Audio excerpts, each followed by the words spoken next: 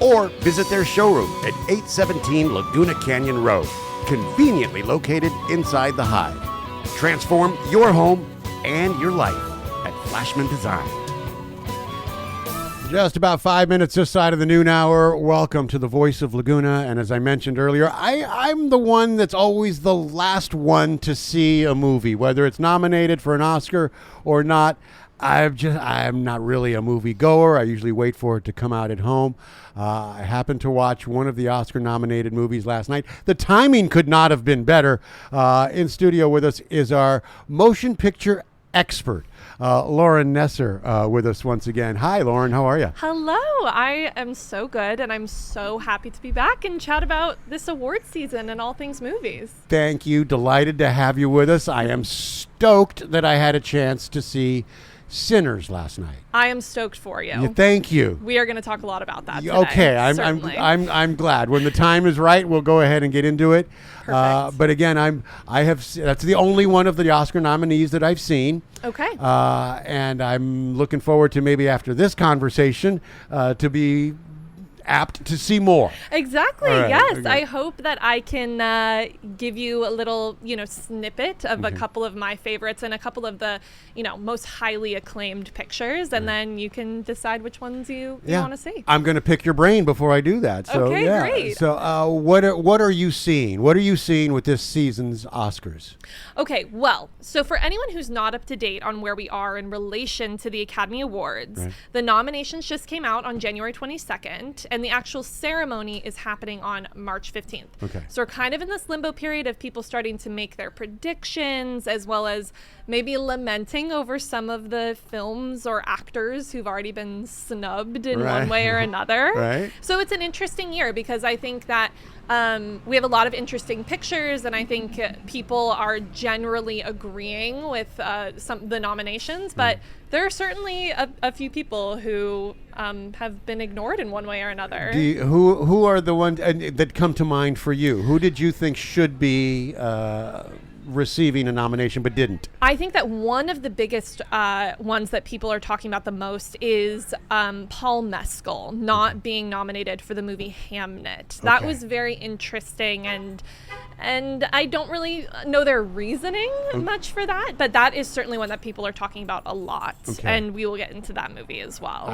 I'll be delighted to. Yeah. All right, take us through this if you would. Well, before we dive in, I just want to say I love award shows. The Grammys were last night. Right. I was glued to the screen for those, Right. and the Academy Awards are truly my Super Bowl. Okay. And I know the Super Bowl is this month, but the Academy Awards, I'm more focused on those. That's where my mind is, you know. And I feel like in the past couple of years, people have been sort of turned off from watching award shows for one reason or another. Right. But honestly, I can't relate to that sentiment. Not only am I excited to see what movies take home awards, but I also love to track the different narratives actually happening within the award show itself, like underdog stories, people being recognized after years of being overlooked, the drama of the award show itself layered on top of the drama within the actual films is the level of drama I'm always striving to be entertained by. You just get deep into the weeds on this stuff. It's like a drama sandwich. Right. That's how I would like to be fed. So yeah, I can watch. I like award shows too. When I see them, I don't really make a point to calendar it or anything like that. Right. But Lisa Farber, who you know well here, who does the Fridays, is on every one of them. And I thought, well, I'll watch the Grammys last night. Right. Maybe I can have a conversation with Lisa with the Grammys, and I enjoyed it. I thought it was the best Grammys in years. Oh, totally, Yeah. totally. I think I've talked to like my dad about this, who's really into sports, and I think it's kind of a similar feeling of it's like, well, you could go back and just watch the highlights of a sports game, and then you'd know who won and like why even watch it. But it's not the same. It isn't, because right. you're in the moment. You don't know what's going to happen. There's all this excitement. So I'm glad you're getting your Super Bowl in March. Oh, yes. Okay, so the nominated films, I wanted to talk about them individually, but I also wanted to talk about how they fit into this new world world of cinema. I feel like since the dawn of streaming, the landscape of film has changed a lot. I think directors and writers have been challenged with this really difficult task of figuring out how to engage a culture of social media obsessed viewers with really short attention spans. And I don't mean that in an insulting way, but I think it's true that we're so inundated with new information and content constantly because of these little phones in our hands that sitting through a 3-hour movie might not seem like the most appealing activity to people in 2026. What a good point. Right, and this is why we can't get rid of movie theaters. You're not allowed to be on your phone in the theater, so you have to focus all of your attention on just the movie. Watching a movie is basically equivalent to meditation at this point, in my opinion. Oh, that's a great point. I've long lamented the lack of attention span that we have now. Yes. It's tragic. Yes. Well, I think people of my generation have talked a lot about how, you can kind of get into this like doom scrolling thing where you're just scrolling on Instagram or TikTok, and it feels, so unproductive. And so the joke is like, well, I'm going to go watch a movie because that feels more productive than scrolling on my phone somehow. Right. It is. Yes, because you're experiencing art, you're seeing a narrative, you're learning about characters. It is more productive in many ways. 1,000 times more productive. Well put. By the way, have you heard of this Netflix second screen policy? This is insane. Essentially, Netflix has told their writers that they need to basically dumb down their writing and be super repetitive in their dialogue so that a viewer who's half watching, half scrolling on their phone can still follow the plot of the show. You want to talk about selling out. That is selling out all the way. Is that also not the most like dystopic thing you've ever heard? Yes. It's very like Fahrenheit 451 kind of energy, Oh, God. So I'm really interested to see how that policy affects the quality of their programming moving forward. And I certainly think it's already starting to affect it in some ways.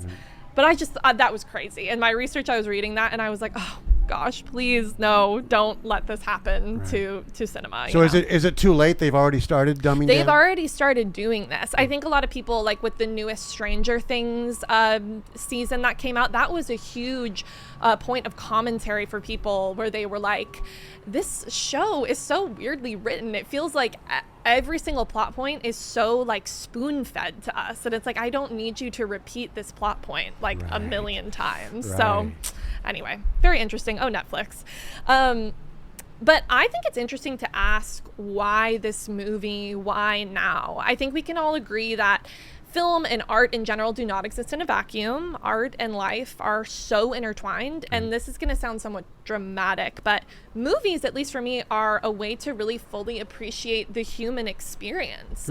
Movies are so important because they help us understand ourselves. I think it was Shakespeare who said that art holds a mirror up to nature, or a mirror up to society. Did you get that from Hamnet, by the way? That is. Is it really? It's a quote from Hamlet, but yes, Hamnet, which we're going to talk about. Okay. Oh, yes. And I think the wide array of movies that have come out in the last year certainly achieve this because they encapsulate so many different stories that lots of different people can connect to. Right.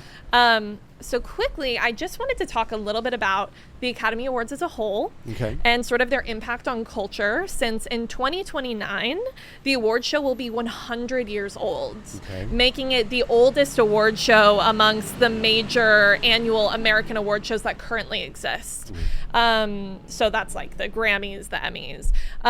So rewinding back to May of 1929, the first Academy Awards presentation was held at a private dinner function at the Hollywood Roosevelt Hotel with an audience of only about 270 people. My, how things have changed. And the second ceremony was actually broadcasted via radio. We love radio. Yes, we do. Best medium on the planet. Oh, yes. And it wasn't until 1953 that we actually got a televised version of the award show.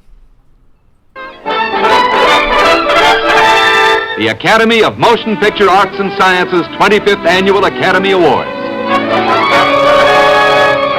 Now, ladies and gentlemen, you are looking west on Hollywood Boulevard. Perhaps population changes have swung the motion picture industry away from this historic street somewhat, but it will always remain a little bit of nostalgia and memory, something like 42nd Street and Broadway. Here are the stands, and there is the marquee. And down there in front of the theater, a group of people still coming in, Tony Curtis and Janet Leigh, Margin Gower champion, Leslie Caron and her husband, Mr. Hormel. Here in the Pantages tonight is the world's most glamorous audience, nearly 3,000 strong, all waiting to see the Oscars handed out, and almost all are either rooting for friends or keeping their fingers crossed for themselves. All right, so now, of course, the Oscars has evolved tremendously over the past almost 100 years. Right. New categories have been introduced, the structure of the show has evolved, new voices and creators have been recognized, and we've seen the ever-changing nature of the film industry represented through each of the year's nominated pictures. Like, stuff that was being nominated back in, the 40s is way different than what's being nominated now, obviously. Yes. Yeah. So this year, the genres are pretty wide-reaching when we look specifically at the Best Picture nominees. We have a vampire thriller, a semi-biopic, 2 international films, a race car flick, a film about Shakespeare, and a few other sort of fantasy sci-fi adjacent pieces. So this to me is the year of the unexpected. I think it's safe to say that the Academy usually prefers certain types of films. Right. We've all seen that movie that, while good, is clearly meant for, how you say, Oscar bait.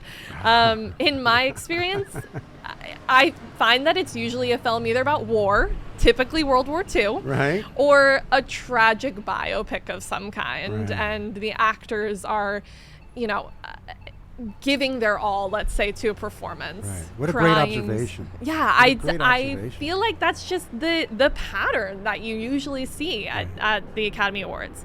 And this year there is a biopic in the running, and I'm not wishing for it to lose or anything, but I am interested to see if the Academy goes in a different, more unexpected direction than that. So I'm not going to do a full rundown of every film that's nominated, because that would be a lot of films, but I did want to talk about some of the most highly acclaimed, as well as my personal favorites of the year. And what better film to start off with than the most nominated film in Oscars history, with 16 nominations, written and directed by Ryan Coogler, Sinners.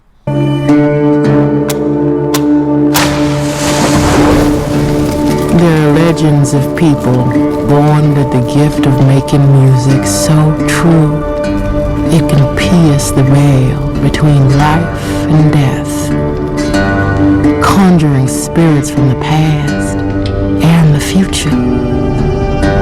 In ancient Ireland, they were called Philly. In Choctaw land, they called them firekeepers. And in West Africa, they're called griots. This gift can bring healing to their communities, but it also attracts evil. It was so good. That's all I can. Oh my gosh. My God, it was so good. Yeah. Incredible. Yes. So imagine true crime meets supernatural horror meets historical drama. It's everything That's in what one you get, movie. yeah. Sinners is set in 1930s Mississippi and follows a pair of twin brothers, both played by Michael B. Jordan. Amazing performance. Magnificently. Magnificent. Is he nominated for an Oscar? He is nominated. Okay. He's nominated for in the Best Actor category. Yeah, he does an incredible job of. You really do see the distinct differences between the two brothers. Right, right. And even there is certainly like they allude to them being different through their costuming, but even if you took the costuming away, you could totally recognize their two different personalities. Right. So he did an incredible job. Magnificent. But these two brothers returned to their hometown to open a blues club, otherwise known as a juke joint, for the black community in this area.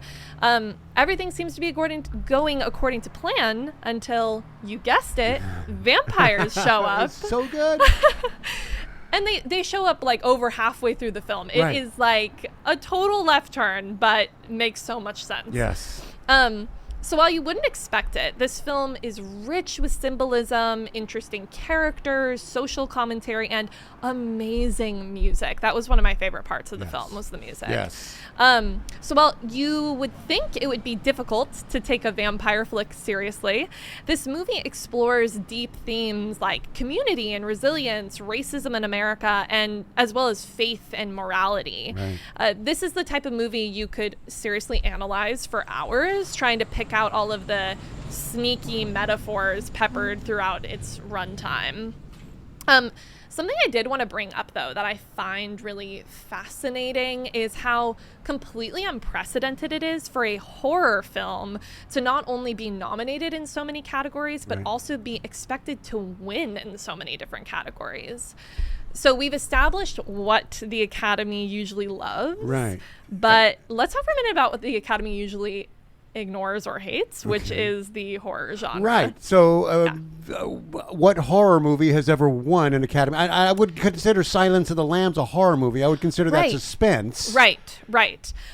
Well, so last year there was some hope for horror recognition when The Substance. Did you see The Substance with Demi Moore? I did not, but I know about it. Crazy movie. Yes. It'll be one of those movies it'll be just what I said at the beginning. I don't see them until somebody forces me to. Would highly recommend. Yeah, okay. So that movie was nominated for a bunch of different categories, but ultimately it didn't end up winning nearly as much as moviegoers expected. Like, everyone totally expected Demi Moore to win Best Actress, and then she didn't. But another famous example of a horror movie award snub was back in 1980 with The Shining. Yes, that was brilliant. So it's now considered one of the best horror movies of all time, right? And frankly, one of the best movies of all time.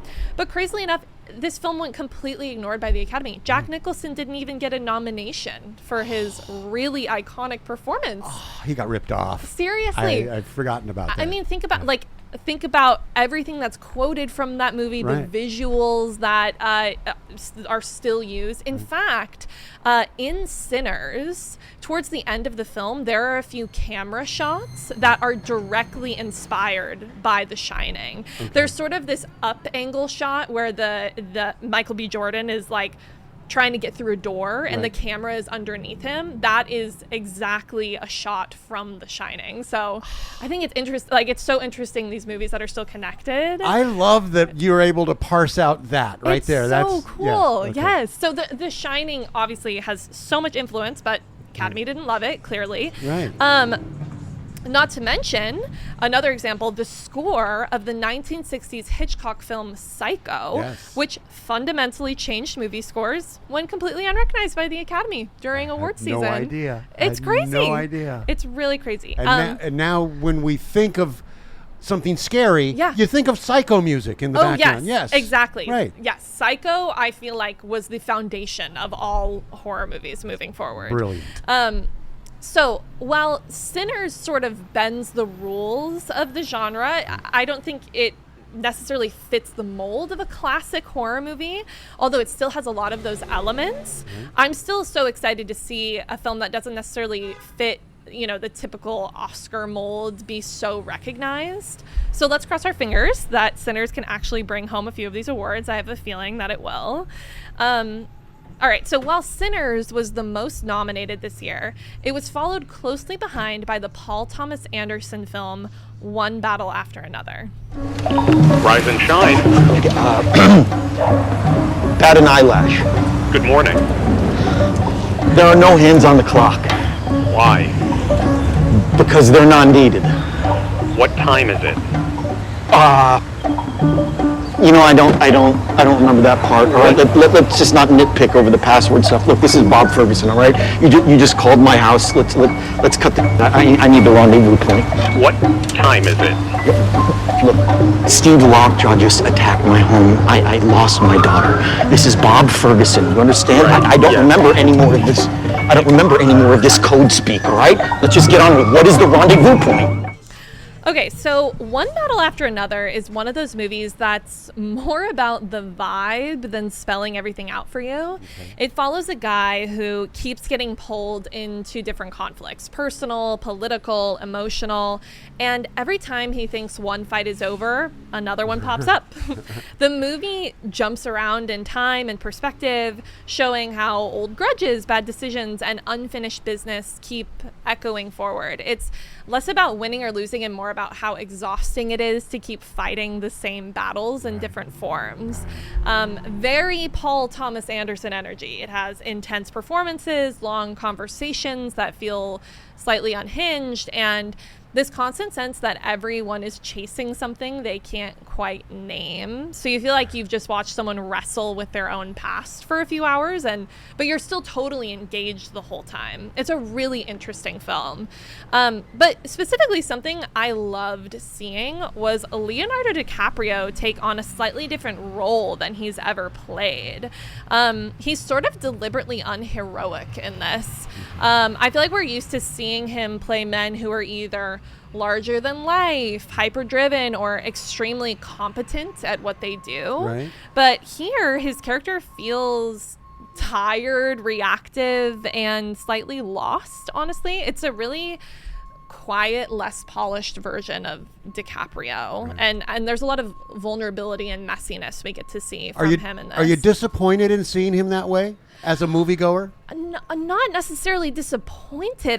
It's so sort of like shocking, I think, because I feel like Leonardo has fallen into this interesting, I don't know, pattern where he's in a lot of like historical dramas or biopics. He loves those. And I think for him, career-wise, that has been a really great choice because he's really kept his,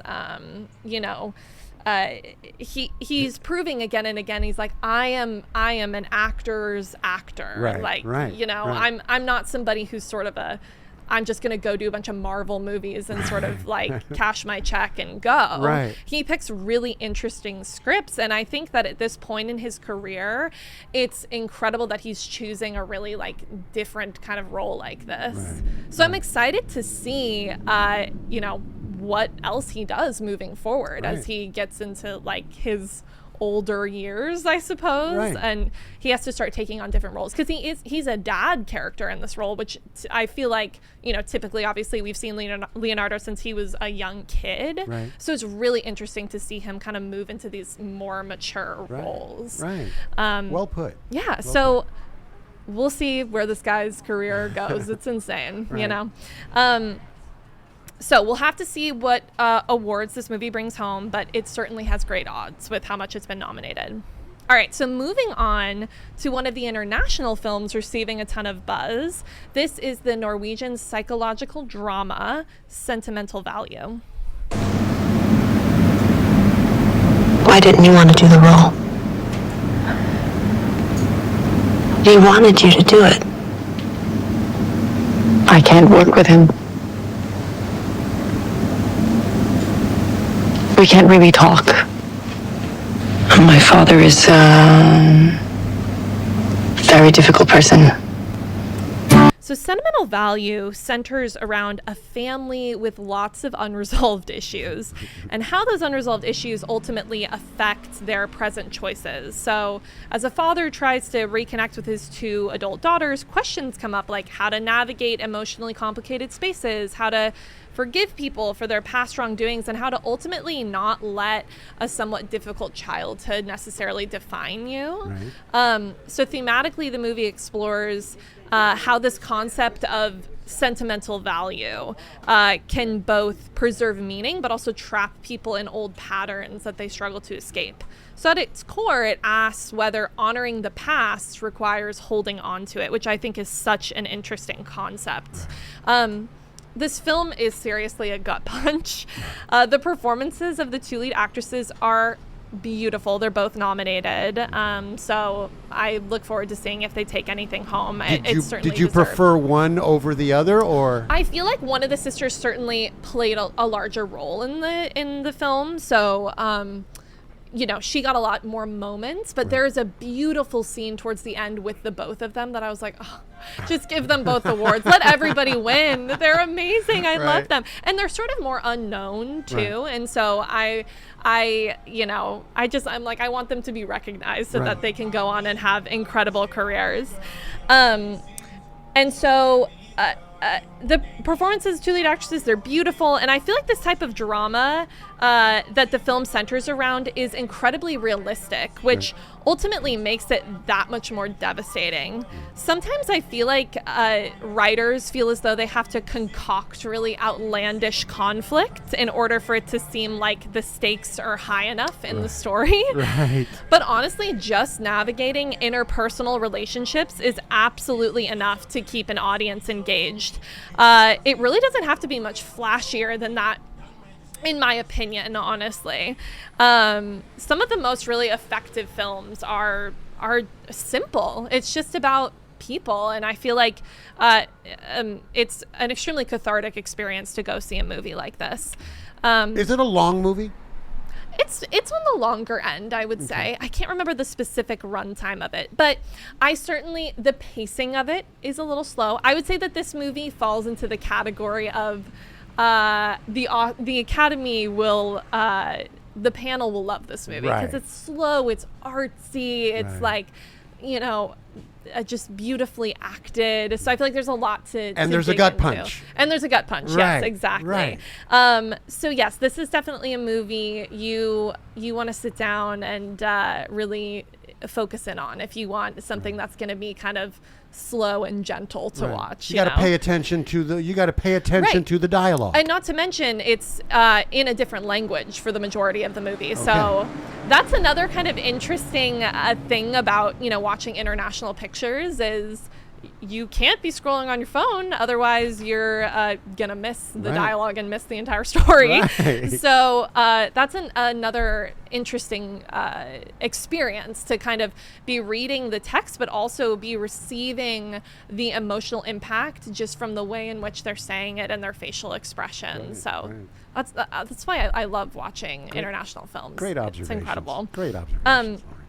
But I'd like to point out that the last international film to win in the Best Picture category was Parasite in 2020. Did you ever see this movie? Once again, another movie I missed. That's okay. Add it to the list. I will. I'm making a list as we speak. Yeah. Great. Love it. And that was actually the first time ever that a non-English speaking film won in this category. Yes, I would highly recommend Parasite. Thinking back, that came out when I was in college, and I actually wrote an essay about that movie because I loved it so much. Was it kind of sci-fi-ish? It hinges on sci-fi, but I would never put it in that category. It is more of a exploration of different family dynamics and really kind of quirky things happen throughout the film that aren't necessarily always rooted in realism. Right. But that's all I'll say. I seem to recall it. Yes, I do. Yes. Okay. So it would certainly be very historic if Sentimental Value ultimately won, but I guess we'll just have to see what happens. I don't know. Now, I'm going to save my favorite movie of the year for last, but I also wanted to highlight my second favorite movie by the directorial genius, Chloe Zhao. This is Hamnet. Tell me a story.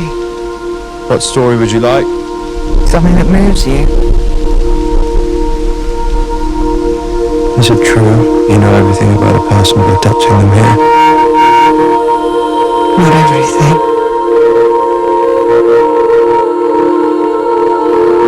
So in my opinion, Hamnet is best experienced by reading the book and then going to see the movie. I gotta read the book first. Look, I hate to give people homework, but I promise having read the book only improves the movie experience. Look, I am not as much of a reader as I desire to be, but this is one of those things where it's like, The book is so well written. Like, I promise you will get through it, and then you should go see the movie. First of all, I love the subject matter, Yes. and I love to read. But Yeah. if there's a movie, I'm just gonna see. I know. I've been there. And look, if you want to go see the movie first, that's fine. But then maybe give it a little bit of time, and then be like, oh, I've kind of forgotten some stuff, and then you can read the book. So reading the book doesn't ruin the movie. I wouldn't say so. I would say that it actually improves the movie experience. All right. And by that same token, I think the movie actually improves the book in many ways by kind of visually expanding on otherwise briefer sections of the book, particularly the ending, I would say.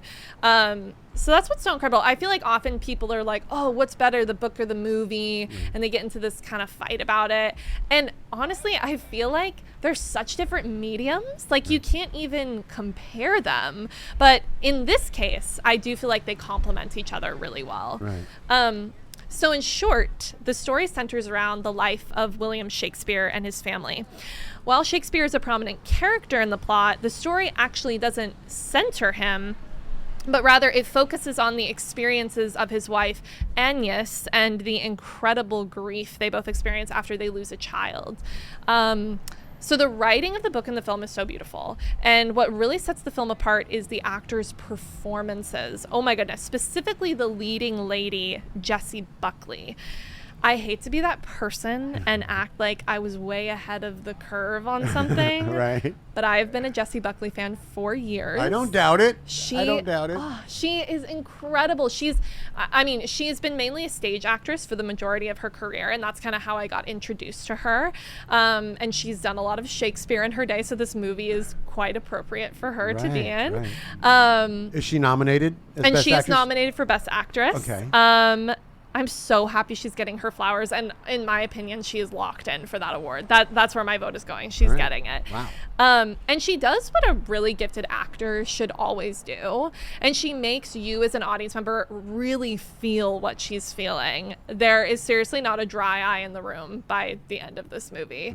So incredibly talented. I'm really excited to see where her career goes from here. I've got a lump in my throat right now just hearing that.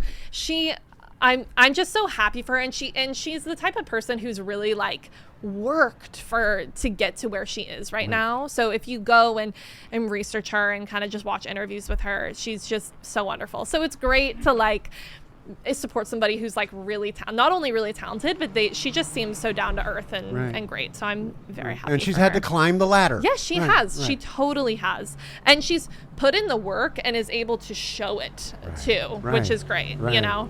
All right. So last but not least, my favorite movie of the year, the black comedy sci-fi film directed by Yorgos Lanthimos, Begonia.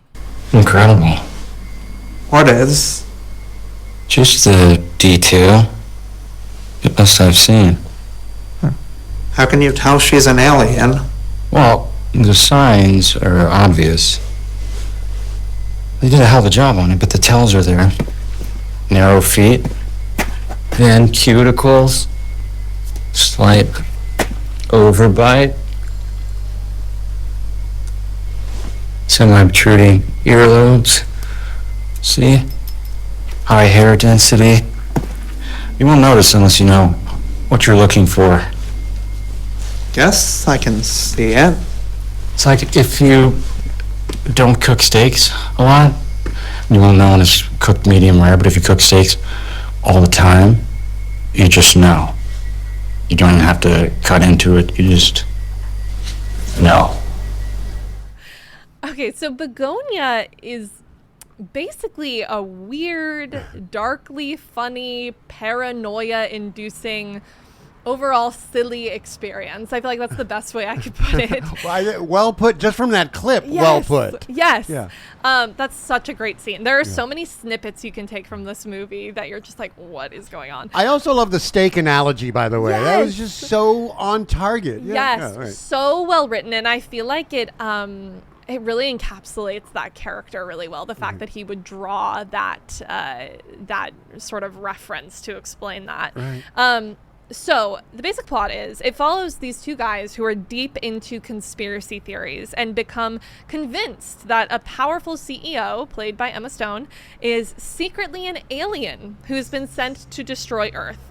And instead of, maybe questioning that logic, they decide that the best course of action is to kidnap her and demand that she take them to her mothership in order to negotiate with the aliens and save humanity.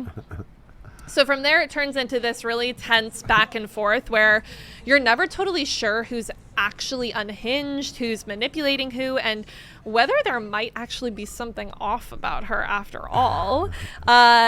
It's very much a Yorgos Lanthimos kind of movie. It's awkward, funny, and kind of a messed up way.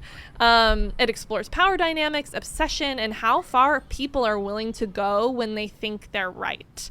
So you will likely laugh, cringe, and feel slightly disturbed throughout most of this film. I am obsessed with this movie. It's my favorite movie for this year for a reason. It hits the sweet spot for me with the type of movies I love. Great writing, great performances, original plot, while also having kind of an off-kilter sort of energy to it. Right. I love weirdo movies. What can I say? I am a person who was raised watching old black and white Twilight Zone episodes and Hitchcock films. I like stories about weird people doing weird things. That is so cool. This movie just really it scratches the itch of like my Twilight Zone obsession. Right. I feel like if you took the plot of this movie and just smushed it down to the runtime of a Twilight Zone episode and put it in black and white, it would absolutely fit within that series. Thank you for that description, by the way, because I'm also a Twilight Zone fanatic. Yes. Does it have a shot to win any awards? Does it have a shot to win Best Picture? I think it definitely, in the Best Picture category, we will see. I don't know. It certainly is a different kind of film. Right. I would be very happy if it did because it's my favorite. Right. It's up for a lot of other awards too, so I certainly hope it wins something because it is so well done. I think it's my favorite movie that this director has put out so far. And Emma Stone is incredible. All the other actors do such a fantastic job. And I also wanted to add, and this is kind of a spoiler alert, but not really, Emma Stone has her head shaved in this movie. Okay. Which I feel like at this point is kind of a rite of passage for actors. Once you shave your head for a role, you're the real deal. You're in. You're in. Like, you've committed,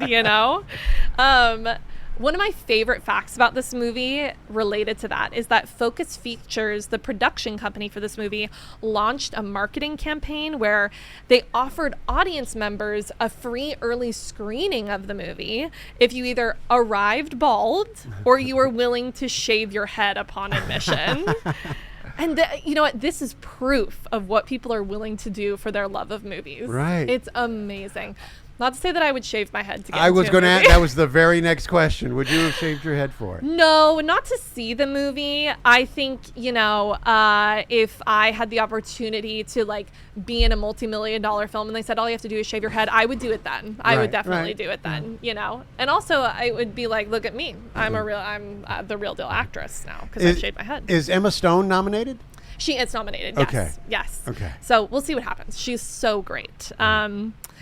And she definitely has a pattern too of these, like, she's in a lot of normal movies, but then she sneaks in these kind of like odd ones every once in a while, which I love. I'm like, her range is huge, which I love for her.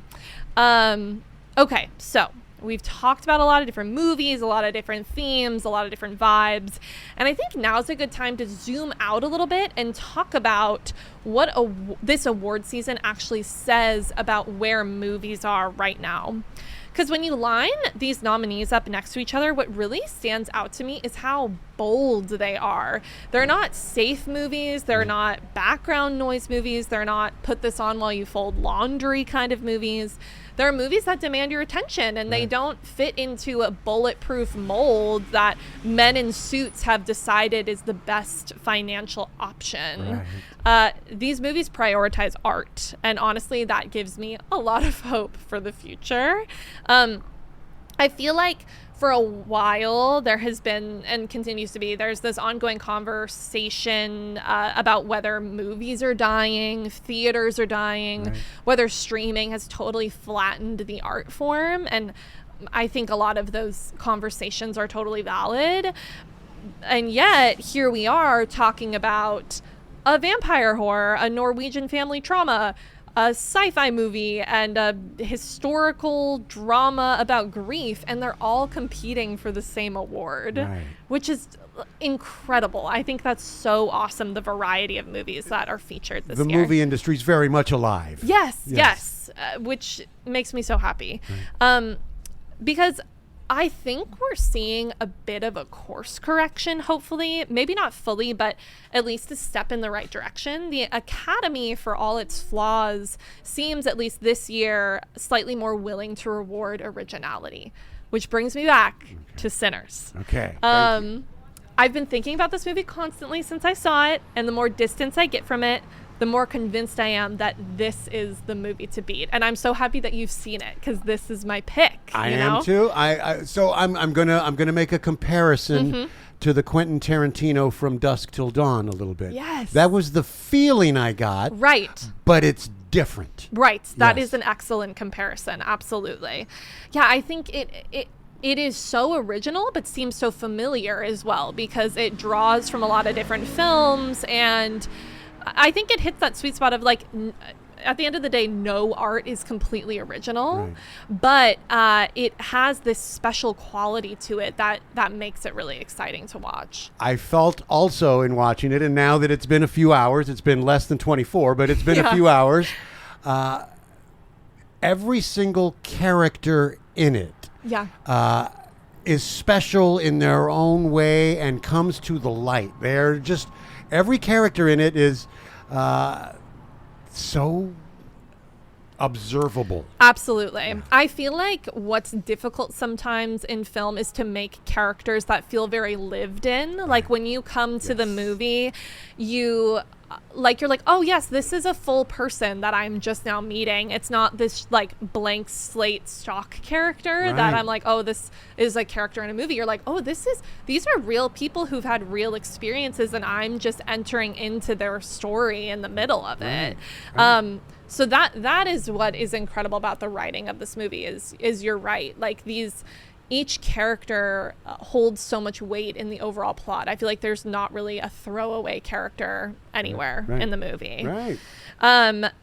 So yeah, this movie is obviously technically impressive. It has incredible performances, but it also feels like a movie that people are going to be talking about years from now. Like it's an instant classic. But also at the same time, it feels like a movie that could only exist now or be created now. The way it blends genre, history, music, and social commentary feels very of this moment without feeling, I guess, sort of preachy or dated. And I like that it trusts the audience to keep up. It doesn't explain itself to death, and it doesn't apologize for being different. I feel like it's the opposite of the Netflix second screen policy, you know? There's no dumbing down here. No. You come in and they present the story to you, and you are like, okay, I'm hopping on. I'm ready for this ride, you know? And it might be a hot take, but I think the Academy wants a movie like Sinners to win after years of criticism about being out of touch, about ignoring genre films, and about exclusivity. Crowning a movie like this as Best Picture would definitely feel like a statement, like an acknowledgement that cinema is bigger than one formula. So I hope the Academy really makes the best decision and crowns this the winner. And since it's the only one I've seen, it's the one I'm voting for at this point. Oh, yes. Okay. That makes your job very easy. Yeah, so easy. Just see one and like it all the way through. Yes, exactly. But like I was alluding to with Sinners, I think it would be interesting to see which of these movies people will still be talking about 10, 20 years from now. Because awards are great, but I think longevity is the real prize. You know, people continuing to go back to particular movies because they just resonate so deeply with people. They have that special, like, unexplainable sauce to them, you know? Yes. And I also want to say this before we wrap up. If you haven't seen any of these movies yet, I would encourage you to get to it. Yeah. I will. That's I know. homework for me. I got it. I don't want to put a lot of pressure on people, but watching the Academy Awards is so fun when there's stakes involved, like we talked about before. It's you know, it's like when you watch a football game, if you have no sense of who any of the players are or what any of their backstories are, personally, I'm checked out. But if you give me like an underdog story of some kind, or I know how much like a player went through to get to this game, I'm stoked. I'm watching, you know. But, you know, let your curiosity guide you. If you like a weird movie, go see Begonia. If you want to cry in a controlled, aesthetically pleasing environment, go see Hamnet. But I think we can take away from this is that movies are not just content, they're experiences. And I think that this year reminded me, you know, of why I love movies in the first place. So as we head into the actual ceremony in March, I'm excited. I'm excited for the wins, the losses, the speeches that go too long, and the speeches that get cut off, and all of the surprising moments that are bound to happen. So get out there, see the films, support local theaters if you can, and get locked in with those predictions, because half of the fun of award season is arguing about it.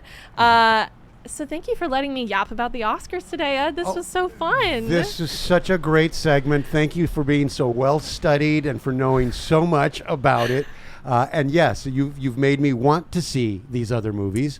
I'm so glad. I'm curious as to your Oscar night traditions. Are you because for the Super Bowl I do the same thing. I make a big meal and then do you have a traditional thing that you do on Oscar night? Well, you know, we get set up in movie fashion. You gotta have popcorn, you gotta have the other. I'm a big Milk Duds girl. That is like, you know, if I go to the movies or I'm seeing a movie, like Milk Duds are it. So like, you know, having that set up, having everyone gathered round and kind of talking about their predictions. Also, I love to see what people are wearing. So you kind of watch some of the pre-show to see that.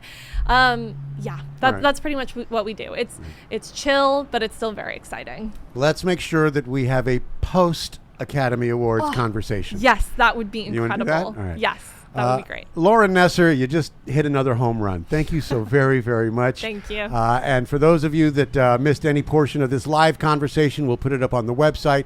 Go to voiceoflaguna.com. It will live there forever.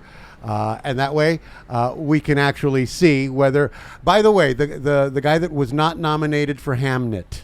Yes. Do you think the Academy, the board, will give him a little more credit on his next motion picture? You know, that is certainly a possibility. That definitely has happened in the past. People kind of receiving awards after the fact for different projects. So Paul Mescal is such an incredible actor. He will continue to do incredible work, and he'll get his award eventually. All right.